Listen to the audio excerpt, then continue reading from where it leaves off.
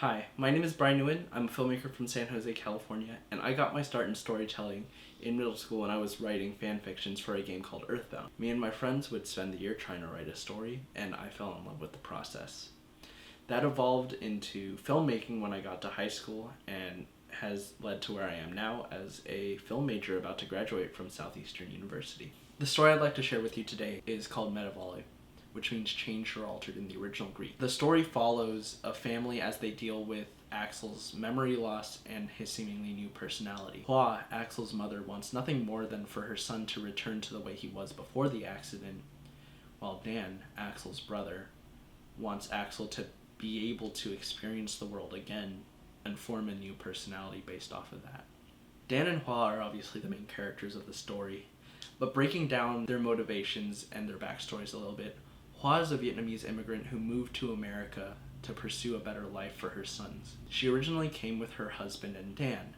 However, during her pregnancy with Axel, he unfortunately loses his life in a car accident. So at the beginning of the film, Hua is brought back to this place of fear and loneliness. Because of this, she's unable to properly cope with the information given to her.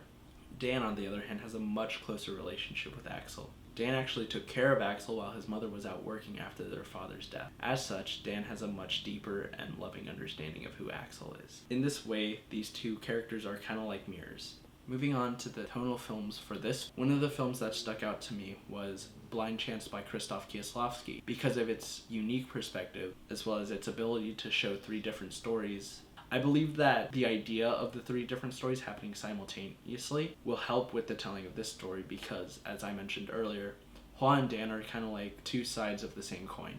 Moving on to the visual portion of the film, I think that shooting Hua's portion in the Terrence Malick style would add a rawness and it would really help the audience understand the turmoil she's going through.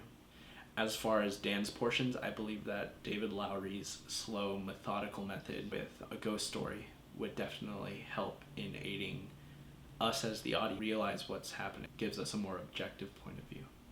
The audience is supposed to be able to relate with Hua, understanding her pain as she reconciles with the death of her husband while she's dealing with the loss of her son. The film is really about how even though there's thousands of reasons not to love somebody in your family, at the end of their day, they're still your family and that's all the qualification they need to be loved.